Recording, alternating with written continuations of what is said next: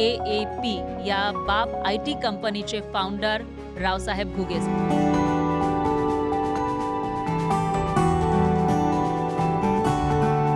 बाप company basically गावातून सुरू करायची होती मला आणि मी स्वतः त्या गावात माझंच गाव आहे ते. तिथून मी सुरुवात केली होती. मी स्वतः त्या गावातून बाहेर पडलो, IT शिक्षण घेतलं म्हणून मी अमेरिकेपर्यंत जाऊ शकलो.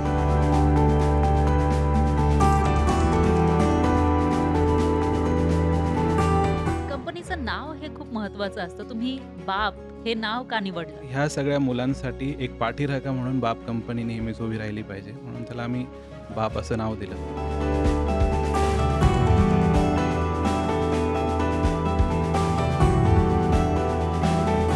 लोक शहरामध्ये येतात, तुम्ही गावाकडे नेलं आणि त्या ठिकाणी इतरही मुलांना तुम्ही ट्रेन करताय.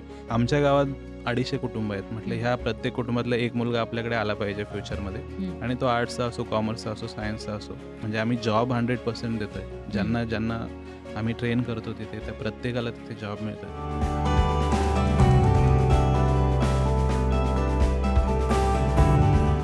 अगदी त्या गावाला आपण इनपुट आणि आउटपुट कसं देऊ शकतो, बँका कशा उभ्या करू शकतो, अशा प्रकारच्या कन्सेप्टवरती आम्ही सगळे काम करतोय.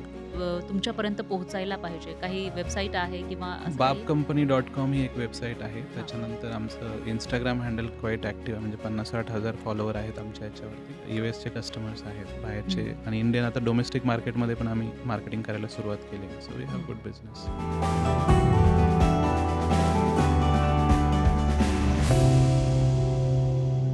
आम्ही मेनली HRMS, फायनान्स आणि हेल्थ केअर या 3 डोमेनवरती काम करतोय आमच्या कस्टमर्ससाठी. माझा फोकस हा मेनली Tier 2, Tier 3 मार्केटवरती आहे.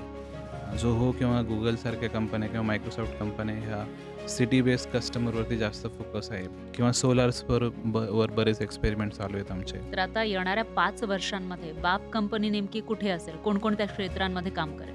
आय थिंक आम्ही कमीत कमी 5,000 एम्प्लॉई कंपनी असू, पहिली गोष्ट. दुसरी गोष्ट, आम्ही हेट्रोजिनियस मॉडेल ॲक्सेप्ट केलं आहे. म्हणजे जो प्रॉब्लेम आहे तो सॉल्व्ह करूया.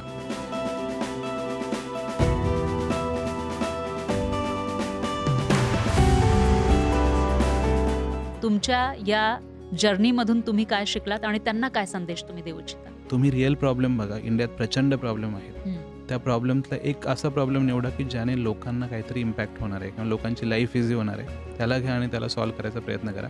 त्याच्यासाठी टेक्निकल असेल, नॉन टेक्निकल असेल, कुठलं तरी सोल्युशन तयार करा आणि त्याला सिस्टमॅटिकली एक्झिक्यूट करा.